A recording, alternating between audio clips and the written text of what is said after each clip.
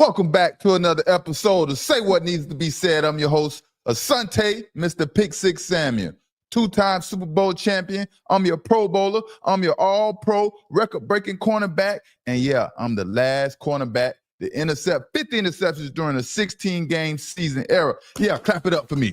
Clap it up for your boy. Yeah, that's probably never be done again, man. I don't know, 50 interceptions during the 16-game season. They're going to 17, they're going to 18 games. Man, we don't see interceptions in college football anymore, the pros, anything, man. We got to learn how to get that ball. But, man, we had some good games going on yesterday and today as well, and we have a lot to talk about. Let me bring on my co-host, 2-3 Treats in the building. Yeah. What's up, baby? What's up? Man, you know, we feeling good. Philadelphia Eagles took care of business. They whooped the Cowgirls, the Cowboys. So we are still on our high, man. And Coach Prime, he is finding his way through the Big 12 and at Colorado after Shedeur Sanders and Travis Hunter is not there no more. So clap it up for Coach Prime. They are doing a hell of a job, man. They doing their thing, man. Got a lot to work on, but you know, college football is here, man. Football season is here. And tomorrow starts the season on Sunday. Officially, everybody the season started Thursday. Everybody back tomorrow, man. You're going to get to see everybody after this long off season, upgrades, see where everybody improves, see where they don't improve at. So, man, I can't wait, man. I got my popcorn ready. Yeah, because one of the disappointing teams for me so far, only one game been played. So, I mean, how many games? 2 games been played so far. Oh, man, Kansas City Chiefs. We have to talk about that. They are a little disappointing because they lost to the Chargers. But maybe the Chargers are just that much better this season. But first, we want to talk about the Colorado Buffaloes and Coach Prime handling business, man. Colorado beat Delaware 31-7. 3 quarterbacks got time behind the center today in that game today. Colorado's defense held Delaware to under 100 yards rushing for the day, which is always a good thing when you hold your opponent under 100 yards rushing. While Colorado ran for 131 yards for the day rushing. It's okay. That's okay. Against a team like Delaware, they should be putting up 200 yards plus rushing. But there's something to work on. That's something to work on. Sincere Brown, the leading receiver for Colorado Buffaloes, he had 4 catches for 120 yards with 1 touchdown. And most of that yardage and touchdown, and that touchdown came from, we already know, Ryan Staub, and we have to talk about him. Colorado's defense gave up 312 yards passing and 1 touchdown. They have to eliminate a lot of those big plays on defense. Colorado gave up 4 passes over 20 yards, 67 yards being the longest pass of the day that Colorado gave up. Can't have that on defense. You can't have that on defense. Defense has to eliminate those big plays to be any good. That is one of the main goals we set as a defense when we take the field. During our meetings, we say no big plays, and big plays are typically 20 yards or 25 yards or more, depending on the team that you're on. You know what I mean? So, what are our thoughts of the game today, Colorado versus the University of Delaware? Oh man! But before Ryan Staub got into the game, what did you think about the game? 2-3 Dries. Yeah, I think the game was going smooth, honestly, for Colorado. They came out there and they had their starting quarterback. But then it kind of confused me, honestly, because at first they kept switching the quarterback up. So I didn't know what was going on. I'm like, who are they going to go with? Especially when they put the third one in Staub. He came in. First they put Juju in. That was Coach Prime plan. If you haven't been listening or haven't heard, he always said he was going to play 2 quarterbacks, right? He even said that during the first game in Georgia Tech. I guess he got caught up in the whole, Georgia Tech, this is a top opponent. Well, I was expecting to see 2 quarterbacks played in. You were expecting Juju to come in, but once Staub came in, that's 2 quarterbacks. That's Caden. That's 2 quarterbacks. So he always talked about 2 quarterbacks. So before, like I said, before Ryan Staub got in the game, that's what we're talking about. How did the game go, right? But for me, the game, it seemed like it started off a little shaky for Colorado to be going against a team like the University of Delaware. First of all, right? Colorado didn't look close to the team they were a season ago in the first game of the season and also the game today against Delaware. even though Shedeur Sanders and Travis Hunter and all those fellas are gone. We thought the Cleveland Browns had a crazy quarterback situation. Colorado said they have something to say, man. And this was unexpected. No one expected the Colorado Buffaloes to have a quarterback competition to this magnitude with these players, right? Not one, not two. Colorado, third string quarterback has emerged as the new man on campus. And boy, did he look good. And his name is Ryan Staub. If y'all don't know by now, Ryan Staub is the new man on campus. And we have to see if he's going to be the starting quarterback next week against Houston. Houston is a pretty good team, and it's going to be a challenge. It will be nothing like University of Delaware, right? Caden Salter took the field for the Colorado Buffaloes as the starter first, right? Caden took the field, and he was pretty solid. He moved the ball up and down the field, making quick passes, completing those quick passes and using his legs, running the offense. Did the offense look efficient while he was running the offense? No, I don't think it looked like it's supposed to. Some reason he has a slow body language. He plays a little too slow for me, right? Mm-hmm. Then 5-star recruit Julian Juju Lewis made his debut, right? He came into the game after many was disappointed with Caden Salter because of the game against Georgia Tech. And when Julian Juju Lewis came in the game, the energy exploded in Colorado. I mean, when he got on the field, you could feel the energy through the TV screen. Everyone was excited. It was kind of like the Shedeur Sanders effect, right? He had that effect. But when a player number is called and he gets a chance to become the starter, that player has to seize that moment, seize the moment. That's what we talk about in the NFL. Your number is going to get called. You're one play away. And when your number get called, you have to seize that moment. Julian Lewis didn't have much success when he got a chance. But I can see that Julian will be a good quarterback. I see in the future when he get his chance to take over the team and run the quarterback position and not worry about making mistakes, I can see that he has that it factor. So Julian Juju Lewis doesn't have anything to worry about. I don't think that'll be this year. Nah, I don't think it'll be this year either. Obviously, I don't think it was. I think the plan was for Julian Lewis to take over the starting quarterback role this year. But obviously, adversity happened and things happen. When your opportunity presents itself, you have to seize the moment. That's what I'm talking about. You know what I mean? Right. And Caden Salter, the transfer from Liberty, right? That's where he came from. The transfer, Liberty. Right? He has more experience than everybody, and he wasn't convincing enough for Coach Prime to permanently name him the starter. That's what we call missed opportunities. These are missed opportunities for both of these fellas. Both of these fellas had an opportunity to claim that role as the starting quarterback, and they didn't seize the moment. Now the transfer portal might be a thought for these two fellas. I hope not, especially for Julian, right? Caden, he's kind of stuck in the position, and Julian still has a bright future. Now, what everyone's talking about, what is going on? The man of the hour, Ryan Staub. Man, anybody expected that? I did not expect that. Ryan Staub, man. Once he got in the game, I honestly didn't want him to come out.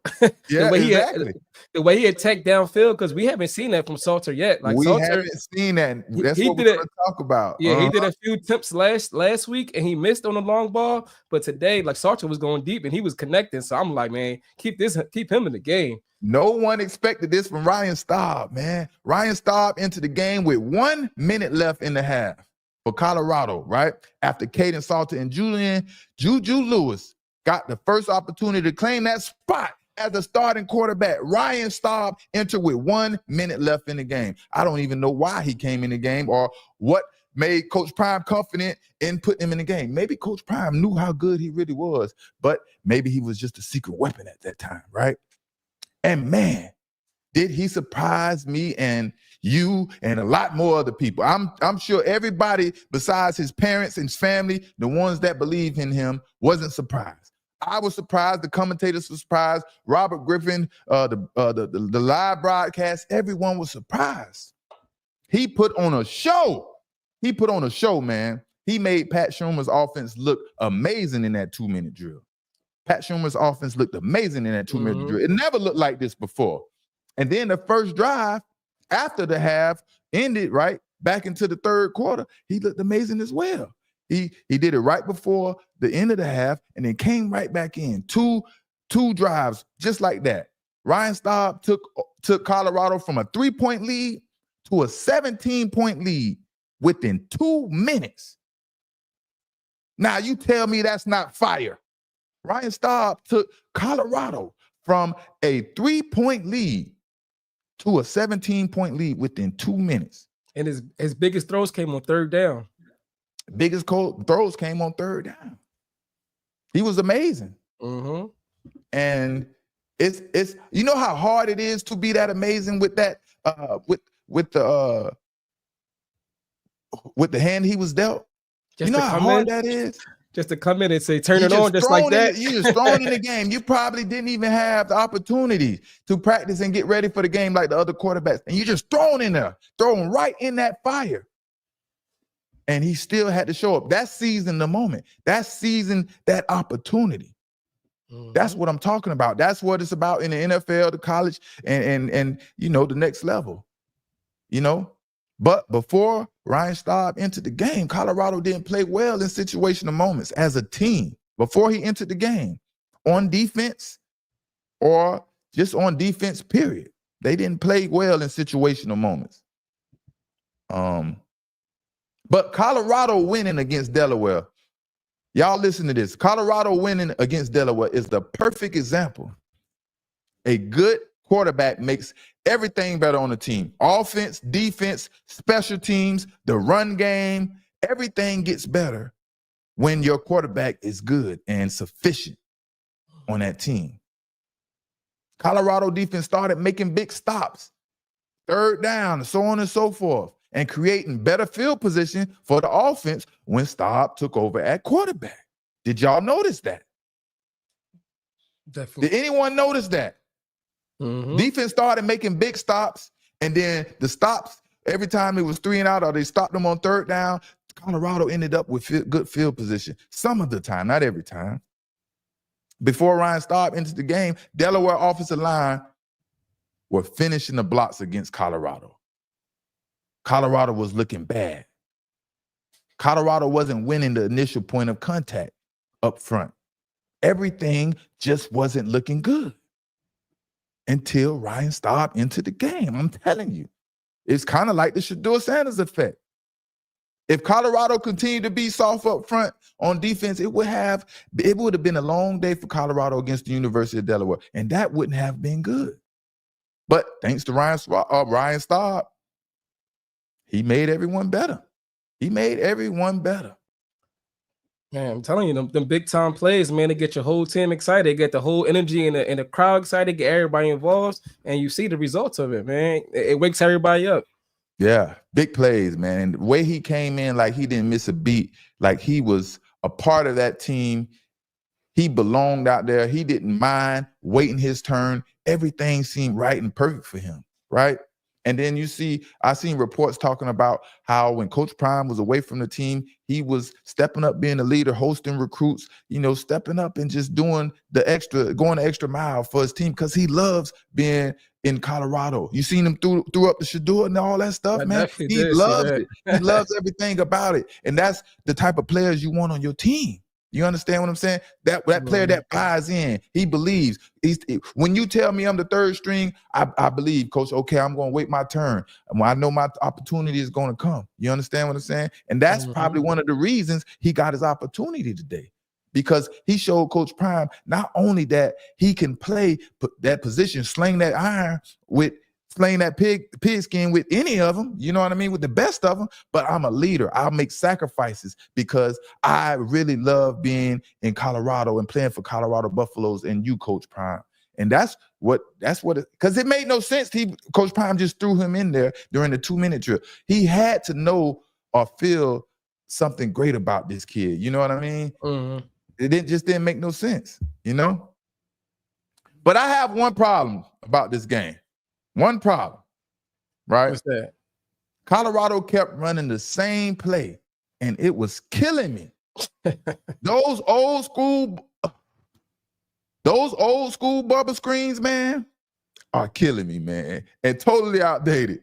Coach Pat Schumer, man, please update your bubble screen series, man. A cornerback with instincts and ball skills will take one of those screens to the house. Pick 6. You hear me? The first pass play of the game for Colorado was damn near intercepted because the cornerback knew exactly what was coming from film study. They've been running these same plays since the first game of the season. That cornerback just didn't have the skills to make the play. Thank goodness he didn't. And it still was a completion for positive yardage, but that could have ended very, very bad, and the game could have went a totally different way.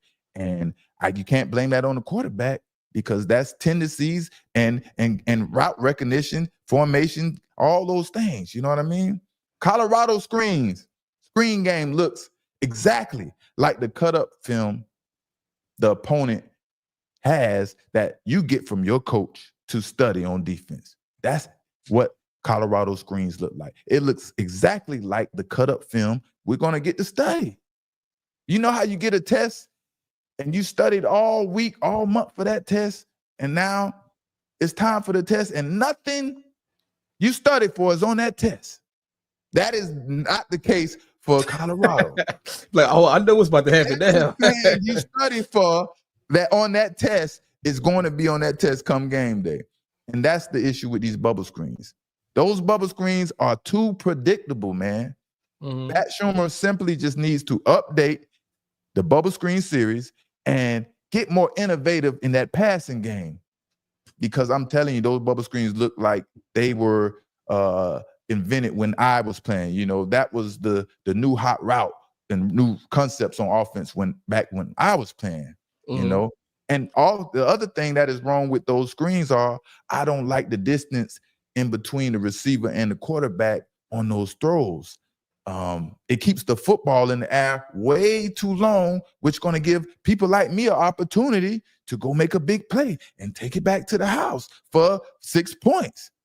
That whole screen concept is just not up to date. You know, it needs to be faster, quicker, and it needs to be minimize itself a little bit, shrink it down a little bit. Don't try to complete a 50-yard pass going sideways and then expect everybody on offense to make the block so that running back can spring and break. You understand what I'm saying? Man, I'm telling you what he was doing. He was getting ready for Houston. He was showing that right now. So next week he could work off that play. I'm telling you. No, it already happened. It already happened. You see when Ryan Staub entered the game, Delaware got hit with big plays right off the bat. Why was that? Why was that? Because Delaware cornerbacks were stuck waiting and anticipating those bubble screens, which made the back end of the defense open up. They didn't know how I made the play. I made a good play on the bubble screen. Well, something else is going to come. No, they were stuck on bubble screen, because that's what they was working on all week. But you have to understand as a cornerback, once you make a play, now they're going to challenge you another way, or maybe it's going to be a double move.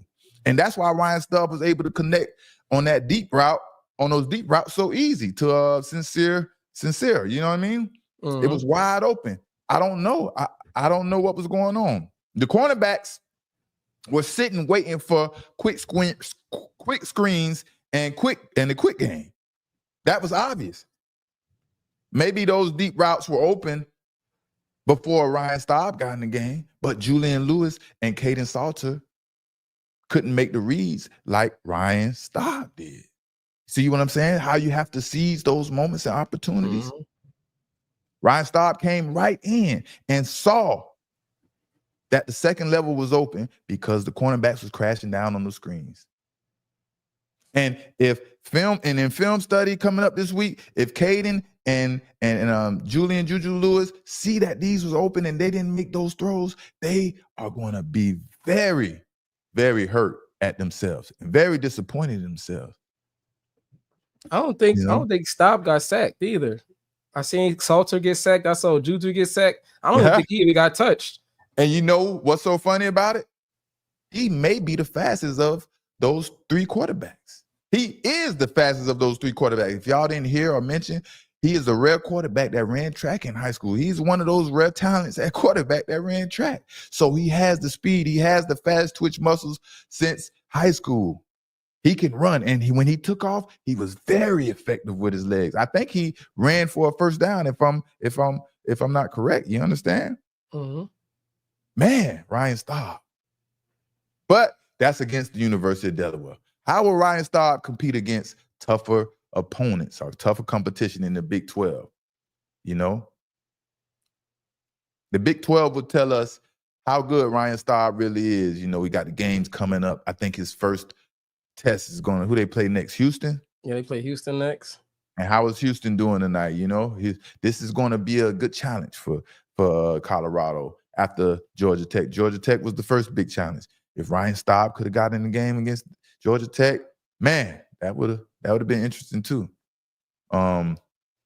I'd love to see him start next week, though, man. Just the way he attacked it downfield, we haven't really seen that from Salter. He played the whole game last week, and he barely attacked downfield. So we need to open up that offense, man. Open it up. Right, and that's what I'm saying. We blaming, like myself, we all of us, and myself included, blaming Pat Schumer about his offense scheme and things like that. Sometimes the offense scheme is perfect. Most of the time, or sometimes your quarterback isn't making the correct reads or running the offense correctly to make it look like it's supposed to look. And that may be the difference in today. Ryan Staub came in and understand how this offense is supposed to be ran, and he's running it correctly. Whereas Juju Lewis maybe was trying, and he was trying to make the right run, the right throws, and correct reads and things like that. Caden Salter looks, I don't know, man. He looks like the third string out of the bunch, right? Mm-hmm. If I had to do my depth chart right now, and I'm the head coach at University of Colorado, the depth chart would be Ryan Staub,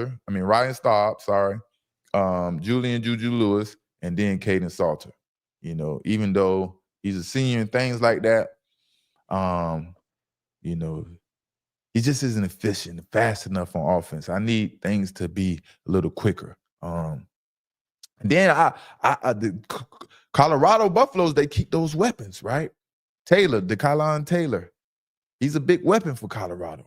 You know, I'm sure Ryan Staub, when he begins to take over at quarterback, Taylor will be one of those players. He must get the ball in his hands because that young man is explosive and fast. He can take the ball from anywhere on the field and get a touchdown. And we will see more big plays coming from Colorado with Ryan Staub at quarterback and then involving Taylor more. You know what I mean? Mm-hmm. And without Ryan Staub, this team will still be searching for identity. You know, now they kind of, start heading towards an identity. Before Ryan Staub, the identity was just totally clueless. Now Ryan Staub came in and gave his team confidence. They give them swag. It gives them that feeling that they had last year, And it's taking some time for it all to click, but this team's going to be all right. It's going to be all right. Ryan Staub will be the quarterback of the future for Colorado. Yeah, hopefully. And got to get the ball to Taylor, man. Get the ball to Taylor, and let's see what he can do. Let him cook. That young man is explosive, fast, and has all the tools. But you know what's so funny? You know who benefits from all of this controversy, all of this drama, all of this winning, losing, everything that is going on? Who benefits from this the most? The good and the bad. Who's that? Y'all guess with me. Take one guess, Drees. Who you got? Shit, man, I'm trying to say Shador. Say you see what that third string come in the game and do? I think that's kind of a point of it. Deion want to show Cleveland, listen, give everybody a shot in the game and see what happens. Yeah, y'all get them likes up, man. Make sure y'all like and share this live, man. Y'all get them likes up, man. Y'all be hating on me. Y'all gotta show some love now. Support the channel, man. You know, we grinding over here. But who benefits from all of this drama, controversy, the winning, the losing, the good, the bad? There is one big benefit, a person that benefits solely from all of this. And y'all should know the answer. Coach Prime? Coach Prime. Boy, Coach Prime. The legend and likeliness of Coach Prime will grow and grow and grow. It continues to grow. The movie doesn't stop. Parts continue to add on and add on. Now with this one, this is a whole new wrinkle in the plan that no one could have ever expected. During the recruiting process, him signing players, Coach Prime, you could have never have expected Coach Prime to have a quarterback with a different race, from a different race, running the ship at Colorado. We could have never expected that. You could have never expected Coach Prime having a different race as his starting quarterback. But I'm sure he earned it, and now he's going to be the starting quarterback. And this makes Coach Prime likeness, his sponsorships. This makes companies, this makes industries all around the world want to associate and deal with Coach Prime. Coach Prime, can you promote this? Wear this. Let's do a commercial talking about this. Bring Ryan Staub into the equation and bring him in the commercial. We will pay you X amount of dollars and pay him as well. This legend, this likeness continues to grow. Man, it's wild. It's wild how these things keep falling into place for Coach Prime. But he always had that faith. And just, man, shout out to Coach Prime, man. I'm happy that they was able to get a convincing win. He was able to have a quarterback to go out there and take over the offense the way it needs to be taken over, man, and not look so bad and have the media and everyone talking, because you know, it wasn't looking good, man. It wasn't looking good at all. And I was scared that Delaware, the University of Delaware, might pull it off, man. I was a lot scared. For real? Yeah, man. In the beginning, with Caden Salter in the game, and you know, against their quarterback, it was like, yeah, man. But now, yesterday, man, the Chargers versus the Chiefs. Patrick Mahomes versus Justin Herbert. The Chargers won by 4 points. What was the score? Do you remember? Was it 20-7 or was it 20-24? The exact score was 27-21. 27-21. Justin Herbert throws for 300 yards, 3 touchdowns. I think he's like the 6th player in Chargers history to get that done. These men went at it. And my question is, being that the Kansas City Chiefs has lost to the Los Angeles Chargers, has Patrick Mahomes and the Chiefs peaked out to the point where the Chiefs may no longer dominate in the AFC? Is that the case? Patrick Mahomes and the Chiefs peaked out. Coach Andy Reid play calling isn't significant no more. Is that the case? Because it doesn't look too promising to me. It doesn't look too promising for me. You know why? Why doesn't it look too promising in the AFC East for the Kansas City Chiefs and Patrick Mahomes? To you? Why don't it look like that? I actually had them losing this game. I had them losing this game, but I still got them winning the division. I feel like that. I said that before. I feel like this is gonna be the best division in a whole of football. I think the Chargers. I think Chargers are better than a lot of people think. Context clues right there. They're going to context clues right there. Yeah. So why won't the Chiefs dominate the AFC East anymore? Because it's going to be more competitive than it ever was since they've been there. Other teams in the AFC West are getting better. These teams are getting better, while the Chiefs may have reached their peak, like I just asked. Right? You got the Broncos. They're getting better with Sean Payton and Bo Nix. Sean Payton is doing a heck of a job with that team, right? You have the Los Angeles Chargers, who just beat the Kansas City Chiefs. And then we have to see what the Los Angeles Raiders are going to do. Oh, man, I said Oakland Raiders on my last live.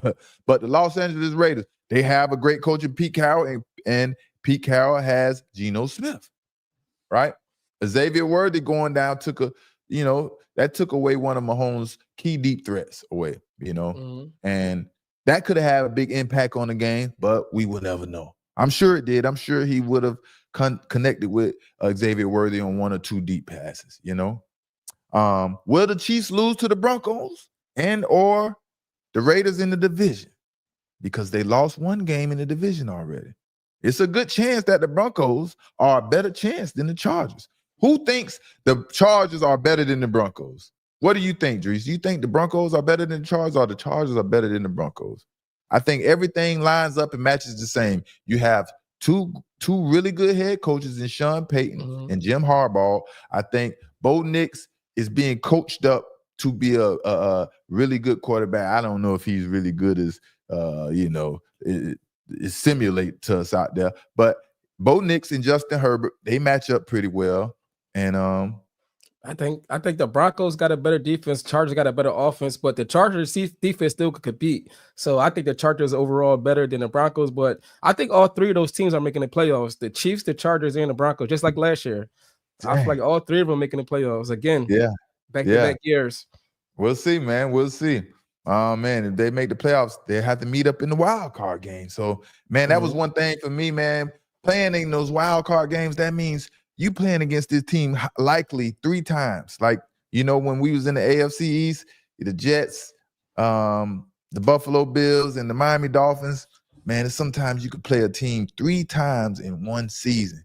That gets really rough. You know what I mean? We all know there's a huge expectation for Bo Nix this season. So the Broncos, you know, they might do pretty good. And like you said, their defense is really good. So defense wins championships, offense wins games.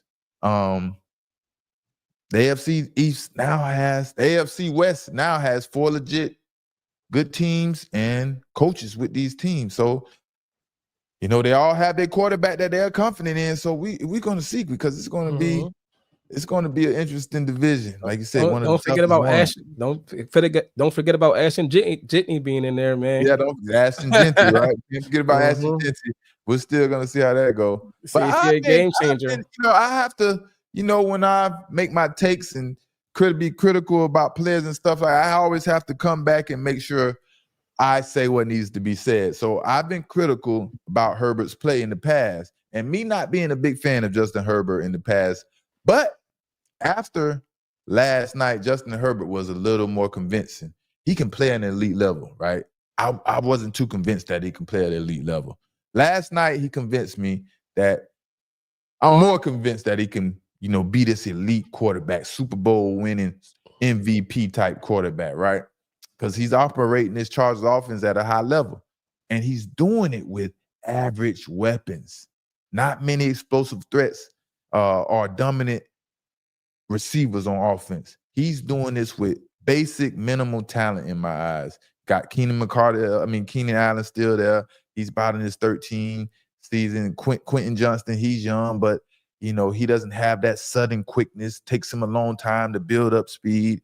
And they have all those. They're big players, big in size, but he's doing it with average talent in my opinion. That probably was his best game yesterday. He ain't dropped no balls. Quentin. Did he? I think he might have dropped one, man. He might have dropped one. Might give him too much credit, but you might be right. But one thing about Justin Herbert's game is that his game is very deceptive. From him running the football, it looks deceptive. You might not think he's that fast, or he's not running that fast, but he's tall and lanky. He has a long stride, and his throwing mechanics are very deceptive. He has that long winding release, right? It takes him a little. He doesn't have that quick release, right? Or it looks like that. It looks like it takes him a long time to wind up and get the ball out. But at the same time, it may just be as quick as some of those with the quick release who look like it's coming out quick. So that is the deceptive part about his game. It seems like it's slow and lazy and lackadaisical, but it's not. He's moving fast and he's playing at a high tempo, which you're supposed to, you know what I mean? You want to play fast out there on the football field. And I was also impressed with the Chargers defense, the Chargers secondary, how they challenged and competed against Patrick Mahomes and Patrick Mahomes receivers, Dante Jackson and Steele over there, the other cornerback Steele. They competed all night. They did a hell of a job. But I wonder how things would have transpired or how things would have concluded if Xavier Worthy didn't get hurt. That would have been different. He's very fast and dynamic out there on the for the Chiefs on offense. You know, like I said, offense win games, defense win championships. That will always be true, no matter how much you slice and dice it. During the regular season, you see these high-power offense winning games, and if they don't have a defense, they look terrible. But one thing you tell about the Chiefs, they are well coached, because that play right before halftime to get that field goal in with 0 seconds on the clock, that was like, you don't see that really happening. That's situational football. You prepare for moments like that. You know the opportunity, you know the situation, you know how much time is left on the clock, how many times we got, how much time it takes for us to run on the field. Everything you take into account when it's situational football, because this is a $1 billion industry. If you're not prepared for one situation and that situation comes up, someone is going to be reprimanded, you know, and that will let your team down, right? If we're not prepared for the situation and we've been fighting and clawing and trying to win and one guy isn't doing his job, yeah, man, the coach will, that would be a bad look, you know what I mean? They got set like in 5 seconds to be able to kick their field goal, like a 57-yarder too. It wasn't like a chip shot either. Right. It's possible that the Chargers can make a nice run for this AFC West divisional championship with the schedule coming up, you know, with the next 3 opponents, man, being the Raiders. We got to see how they're going to play. We got the Broncos and the Giants, man. So we're going to see. The Broncos versus the Chargers, though, that's going to be a really good game. I got to circle that on the calendar. Make sure I don't miss out on that one. That is going to be a really good game and very interesting. Very interesting. For sure. And the other thing I was impressed with a lot, man, and Jim Harbaugh talked about, this is one of the first things he talked about when he took over the job as the Chargers. He talked about the interior. Justin Herbert was protected well by his offensive line. The offensive line, they always play good. That is one of the best spots on the Chargers team, offense, pretty much. You know what I mean? Herbert, you know, he has a very good unit protecting him. And that's how he's effective with those average talent and not those explosive receivers, you know? Like I said, Jim Harbaugh, first initiative as the head coach was to get beefy and dominate up front. And that's what he's, you know, in the draft and free agency, you see. That's what he's doing, because he understands how to win, you know. And I'm still not a fan of Justin Herbert's mechanics. I'm still not a fan. But that doesn't matter because he gets the job done. Herbert is getting better and better each year, each season. He's getting better and better. And that's what you want to see, progress in your players. And especially under Jim Harbaugh. Jim Harbaugh is a coach who really believes in his players. And if he believes in his players, he's going to do everything he can to help and make sure that his players that he believes in succeed. You know, I mess with old Jim Harbaugh, man. I mess with Jim Harbaugh, man. LSU for life said, imagine if Slater didn't get hurt. Also, Slater was out, and then he also had Mekhi Becton. He had food poisoning out there in Brazil. So they was actually missing like 2 starting offensive linemen and was still able to hold it down against the Chiefs. But that's always going to be an issue. You know, this is the game of football. Your key players not, you know, they're not going to be there every game, and someone is going to be missing every game. So that's why it's, you know, it's one of the ultimate team sports. And, you know, how do you deal with the adversity when it comes up? And, you know, that's what the Chargers did. That's what makes them, that's what's going to make them pretty good. That's what's going to make them good. Now we got Caleb Williams, man. Caleb Williams has entered the chat, and Caleb Williams hasn't played his first game of the season yet. Last season was pretty disappointing, and He has a new coach for the Chicago Bears this season, and things are starting to come out. And basically, in my eyes, Caleb Williams is trying to prevent his career from being in the bust category going into his second season with the Chicago Bears. And he already got the coaching staff fired that drafted him, which is a bad look in itself. You got the entire coaching staff cut who drafted you. Those are the people who believe in you most. Caleb Williams came in the NFL as one of those entitled brats as the number one draft pick. He felt like everything is supposed to be given to him. And now he's going into his second season. He needs to be held accountable, be a better player, as well as be a better teammate for the Chicago Bears. Now, coaches came out. Some of the coaches came out last season that was on the team that got fired, and they're speaking out. They don't want it to fall on them when they know what they was dealing at. So, Tyler Doon, he spoke with several former members of the staff who highlighted what they had to go through, especially when it came to coaching Caleb Williams. One of the worst moments of the season took place during a TV timeout. Interim head coach Thomas Brown tried to explain something to his starting quarterback, and no, Doon writes, Williams was not having it. An auto response kicked in. As he had done many times to many coaches all season, Williams turned his head and walked away. Shane Waldron, before getting fired as the offensive coordinator, used to stay quiet. Not Brown, not a stern, blunt, old-school coach who believed this 22-year-old crossed the line of disrespect. The typical calm coach lost it. On the headset, another Bears assistant coach recalls Brown pressing the mic to finish the conversation. Get your ASS. Get your ASS here right now. Don't effing walk away when I'm talking to you. Unfazed Williams sashayed away right back to the huddle. The Bears lost 6-3.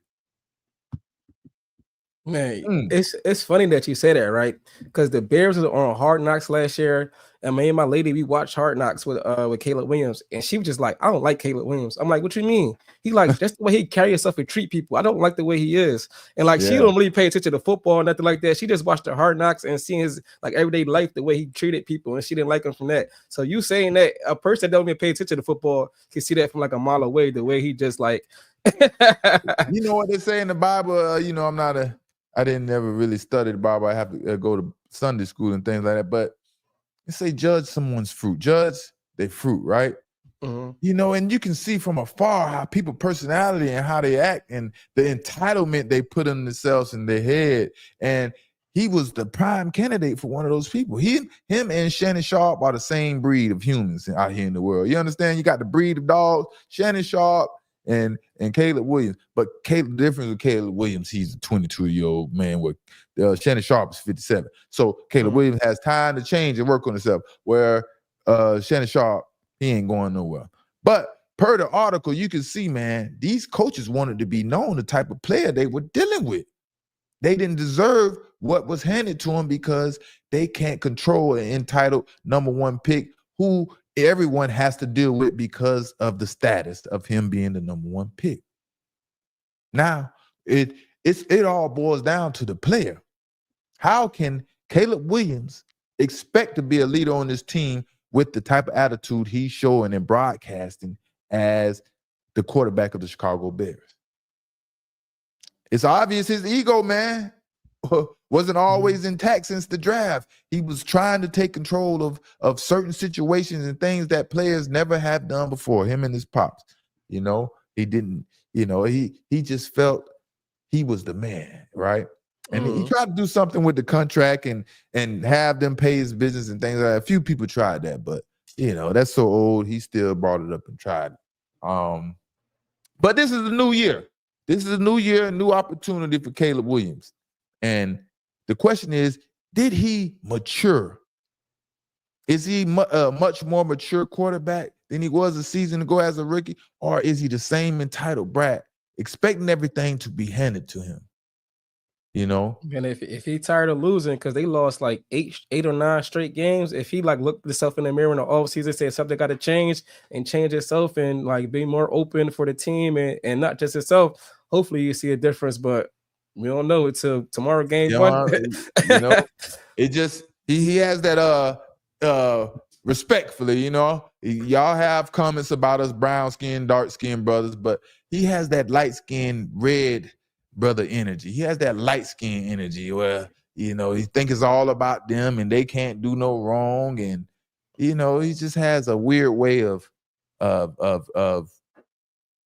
don't know, you know, being a teammate, being the quarterback, being drafted, playing for Oklahoma, playing for USC. You know, it was just always, he felt like everything, you know, he was the man, you know. But are y'all surprised with Caleb Williams' attitude towards his coaches? Are y'all surprised?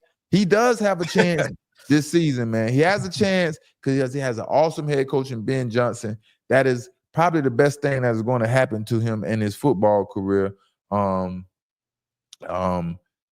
the other issue. The people that believed in you, drafted you, and you got them fired. Now they're not there to believe in you no more. Now this other team or these other head coaches and the other coaching staff, you better hope they believe in you and they want you around just as well as the first coaches that draft you. Because if they don't, and they don't like your attitude, your ego-ness, they think you're an entitled brat. Next year draft is right there, and they have every excuse that they need to go tell the owner that they want to take a quarterback in the first round because they're going to win the Super Bowl, and Caleb Williams can't get it done. That is easy to get worked out.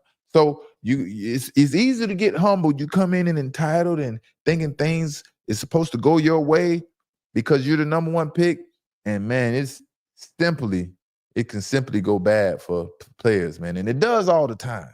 It does quite frequently, to be honest. You know what I mean? So that's Caleb Williams, man. The Chicago Bears got a lot of work to do, man. And he has some talent. Ain't no doubt about it. But talent just isn't good enough when you're in the NFL. There are many super talented people, you know, and basically talent is the measures, how far you can throw, how fast you can run, how high you can jump, what type of throws you can make. Can you make them throw sidearm? Can you throw them across your body? You understand what I'm saying? He has all those tools. He just isn't the biggest guy in the world, but can he lead a team? Can he make everyone believe in him when it's 3rd and 7 and it's 30 seconds left in the game and we have no timeouts? Can you make all the right decisions in those situations like a Tom Brady and a Peyton Manning and things like that? That's what you have to develop and build in your team and make your teammates believe in you, you know? That's what it's about. Man, they're going to be in a spotlight Monday Night Football versus divisional game versus Minnesota Vikings. So we're going to see. We're going to see, man. I think overall they're going to be a better team. They're going to be better coached. I think the coaches that drafted Caleb Williams was pretty soft and too much of players coaches, and they let him get away with too much. That's usually typical, you know, sometime in NFL. Ain't nothing you could do about it. Ain't nothing you can do about it. But Travis Hunter, man, he is coming up in reports as of Friday, and Leon Corn and the Jaguars are a little confused over there because as they drafted him, they talked about letting him be him, letting him play both ways. Travis Hunter has all the energy in the world. They led us on to believe that they were supporting Travis Hunter be a two-way player no matter what. And now reports are coming out and saying Travis Hunter to be a every down wide receiver, situational corner tomorrow, Sunday, which is Sunday against the Panthers. I was waiting to see Travis Hunter play both sides of the ball. Everybody's waiting to see Travis Hunter play both sides of the ball. And y'all tell me if I'm wrong and if I wasn't listening right, because I've been following everything they were saying about Travis Hunter. Leon Corn, the head coach, and everything they were saying, they was leading up to make sure that Travis Hunter plays both sides of the football, not situational, more like full-time. And that was the whole debate. Can he play both sides of the football? More than 50 plays per game.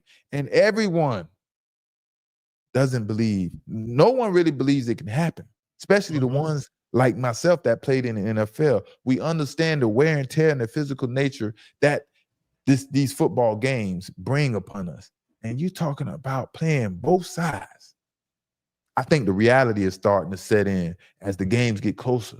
And, you have those practices and you see how much energy you have to exert playing one side of the football, getting hit, the possibilities of getting injured, playing one side of the ball. Now it goes up 2 times because I need you to play both sides of the football.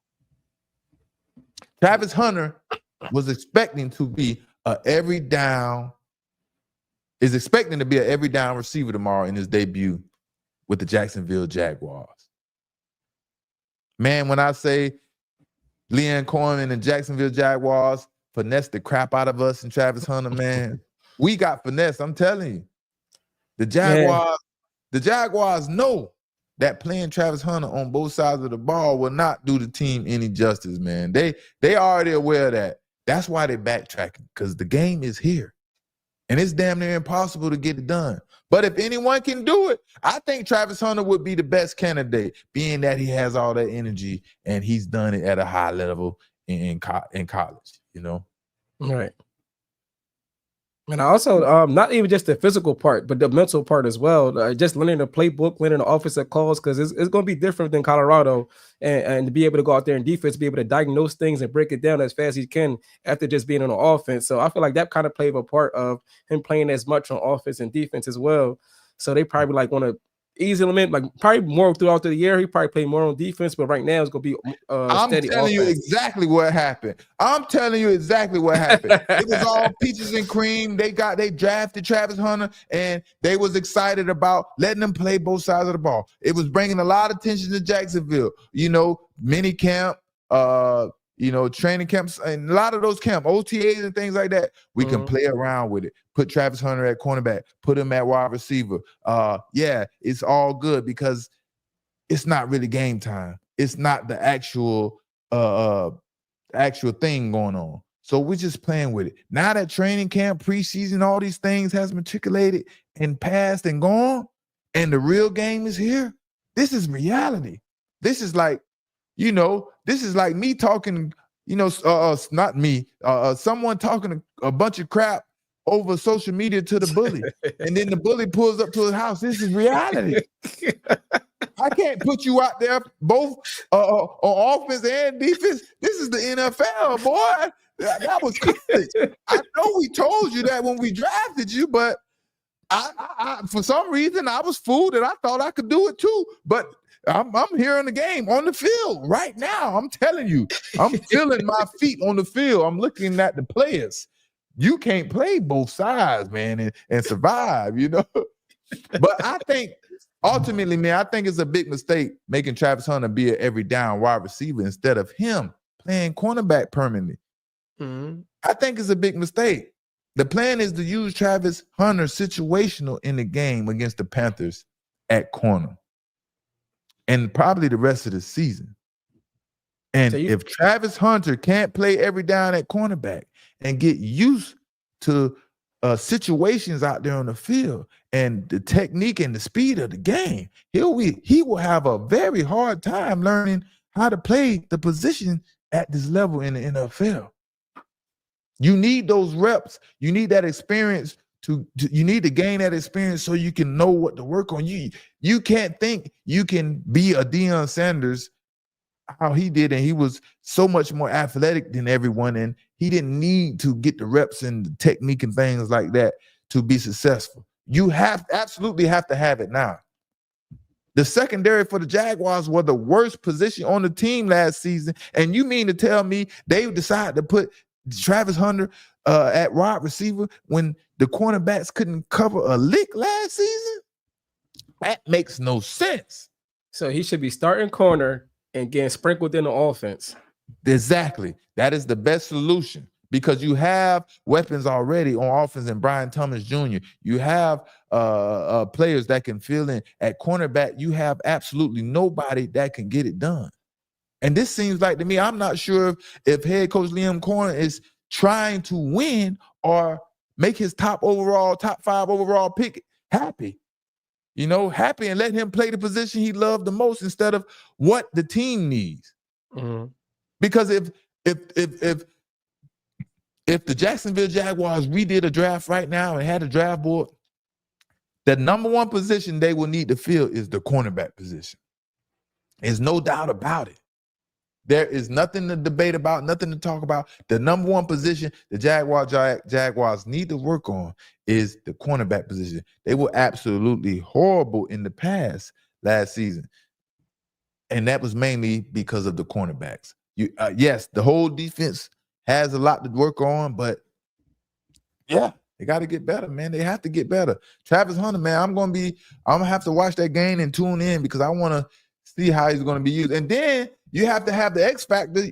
Think about X factor in Trevor Lawrence. Is Trevor Lawrence going to be effective enough to even get Travis Hunter the ball, or is Trevor Lawrence going to be keying and eyeing Brian Thomas Jr., who he's used to having? And they connected for 1,300 yards last season, 1,300 yards. So it's so many things that Travis Hunter has to overcome playing receiver when he could just go out there at cornerback and be dominant and be effective for his team right off the rip, man. And I'm telling you, no one will, I ain't gonna say no one, but he will have one of the best ball skills in the NFL. He's probably one of the best athletic cornerback in the NFL as a rookie right now. And we won't even get to see that because Liam Cohen is worried about pleasing his players instead of making sure he win the games at Jacksonville Jaguars. And that's the problem with Jacksonville in a nutshell. They ain't doing what they need to do, man. Trevor Lawrence is Trevor Lawrence. He was the most hyped generational quarterback that I was even fooled. I called them all type of names that was, number one pick, extraordinary type names, that no one, you was definitely one of one. But, that's the thing about college and high school. You can have all those attributes. You could have that potential, but that was just like we was just talking about, having all the skills and like with Caleb Williams and things like that. But being able to be that leader, be able to answer in situational football, being able to coach your team up in practice, and when it's 3rd and 7 and 30 seconds left, they know we're gonna make the play. There ain't too many people that can make them believe in themselves, make their team believe in them, like a Patrick Mahomes, a Tom Brady, and a Peyton Manning. You understand what I'm saying? That's very hard to do. Me as a cornerback, for me to get my team to believe in me, I put the bullseye on myself every day. I would go out on the field and I'm talking to the offense. Donovan McNabb, he was a little soft to me, so I was attacking him every day, trying to tighten him up. You soft, you ain't passing no ball. You scared to throw over here, boy. You don't want these problems. And every day they tried to attack me. They tried to figure out a way to be. So that built the confidence in my team. They believed in me. They knew when the game was on the line, if that team was trying to come my way, try to do something to Asante Samuel, Mr. Pick Six, they knew I was going to answer because I built that confidence in my teammates by practice, through the game, communicating, and all those type of things. And that's what leaders do ultimately, That's what leaders do. Yes, sir. So, Saturday Night Vibes, man, we're going to be back tomorrow. Man, the game of the night, Sunday night, is Buffalo Bills versus the Baltimore Ravens. Sheesh. Game one. Man. We won. Football season is underway, baby. It's time to get rolling, man. Who do y'all got winning this first game of the season between two of the most electrifying quarterbacks in the NFL? We got Josh Allen, then we got Lamar Jackson, man. Who we got winning the game, the first game of the season? And it's a time for Josh Allen and the Buffalo Bills. They have to win a Super Bowl. as along with the Ravens. They the same boat. Along with Lamar Jackson. But honestly, to me, I put the pressure on Sean McDermott and Josh Allen to win a Super Bowl before the Baltimore Ravens, because Josh Allen is known as this exceptional talent, this rare one-of-one type guy. And man, he needs to hurry up, and they need to win the Super Bowl. Josh Allen need to win the Super Bowl.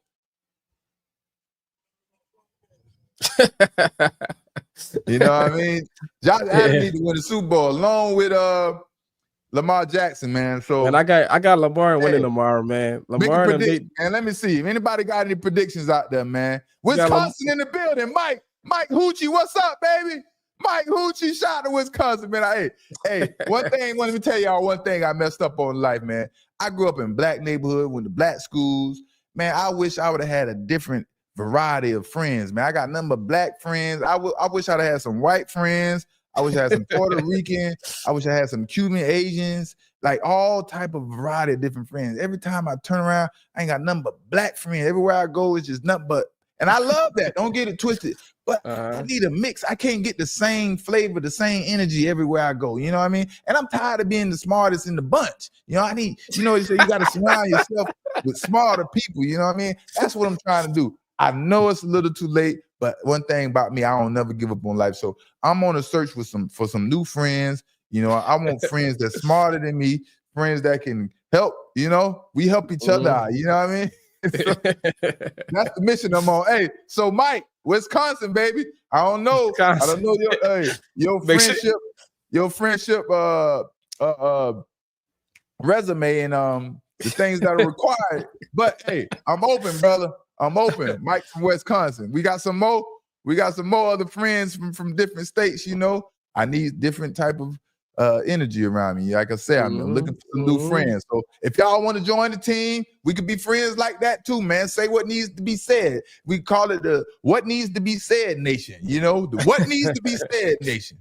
Shout out to the chat. Y'all type that in. What Needs to Be Said Nation, man. So we're going to see y'all tomorrow, man. But we need some predictions right quick, man. We got to get one for Drees, man, and hold him to it. Because I remember I said against the Cowboys, I predicted the score. I think it was 24-17. Yeah, he was close. Like that. Yeah, he was close. So I need a prediction from you, man. And the Eagles definitely won. So we got everybody 30, the Ravens going to win. 30-24 Ravens. 30-24 Ravens. Ravens win by 6 points. 233 says Lamar Jackson is going to beat the all-world Josh Allen in the first game of the season by 6 points. Write it down, take a picture. And they're away team too. They're the away team. They're away team. Hey, that means a lot. When y'all making y'all bets and placing y'all bets, always know, man, the away team is much harder for the away team to get that victory than the home team. You got a lot of noise, a lot of energy, that momentum swing left to right, man, up and down, left and right. So, man, football season is here, and I'm excited, and I can't wait, man, and I can't wait. Y'all make sure y'all like, make sure y'all comment, make sure y'all share this live, man. We not growing fast enough. I don't know if they blackballing us or shadow banning us or what. We supposed to be up there, you know? And I think y'all not liking and sharing and letting the world know who really be laying it down and giving y'all that real. Shout out to the chat. Let me run through a few names. Shout out to Tim Laurie. Shout out to Joseph Foster. Shout out to Lauren Duncan. Shout out to the homie Ain't No Manual. Tim Laurie, what they do. Nella Larson. Jati. Shout out to Sus. Beauty in the building. You know what I mean? So the chat, man, we always live as we always do, man. We get it cracking, man. So I'm going to see y'all tomorrow, man. We had a good time like we always do. Man, hey, what I always tell y'all, believe none of what you hear and half of what you see. I'm going to leave y'all with that for tonight, man. So Saturday Night Vibes. I'm Asante, Mr. Pick Six Samuel. It's your boy 2-3 Drees. And we're going to see y'all tomorrow night. We are out.